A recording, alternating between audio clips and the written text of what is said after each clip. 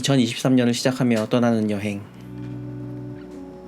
모두가 동해를 향해 떠날 때 우리는 서해가 있는 홍성으로 떠난다. 우리는 먼저 죽도를 향해 가기 위해 배에 승선한다. 갈매기들아, 일로와.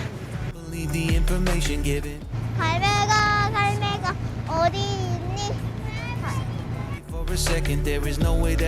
천수만의 보석이라고 불리우는 죽도는 그 이름만큼이나 대나무가 가득한 섬이었다.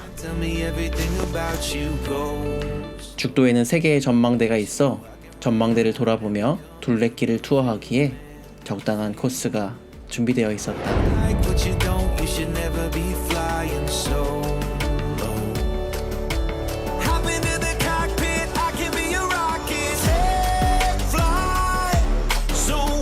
두 시간 남짓의 둘레길 투어를 마치고 우리는 홍성의 유일한 항구인 남당항 등대를 보러 왔다. 이 항구는 다른 항구와 달리 방파제가 바다 쪽으로 반달 모양으로 되어 있는데 덕분에 바다로 나아가는 배를 더 가까이 볼 수 있었다.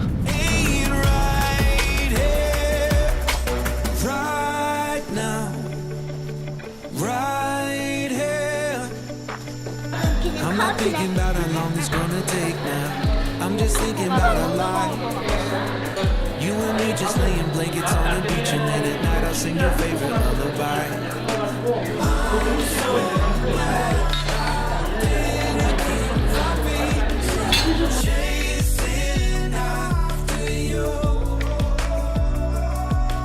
남당항 노을 전망대는 그 이름만큼이나 노을을 관람하기 좋은 탁 트인 전망을 갖고 있다.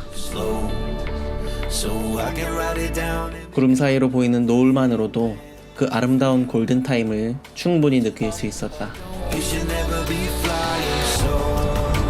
다음날 우리는 차로 등산이 가능한 백월산 전망대로 향했다.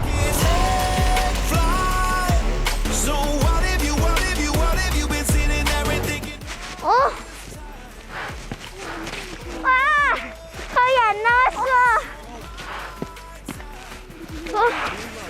대박!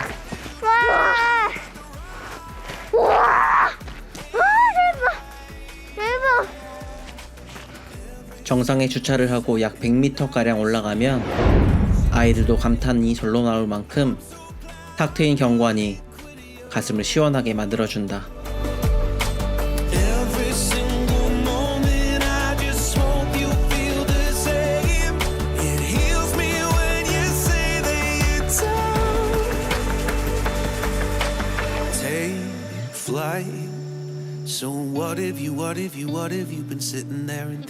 하늘에 가까운 홍성의 백월산에서 우리는 그 구도심을 향해 달려가 본다.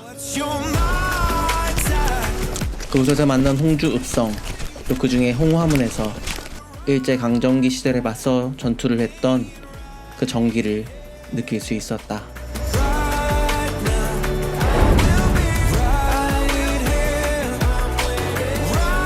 홍성의 신도심에 꾸며진 홍해공원은 과거와 현재를 공존하게 만드는 마지막 방점이었다.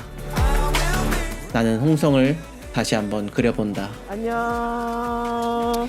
하나, 둘, 셋, 안녕, 안녕.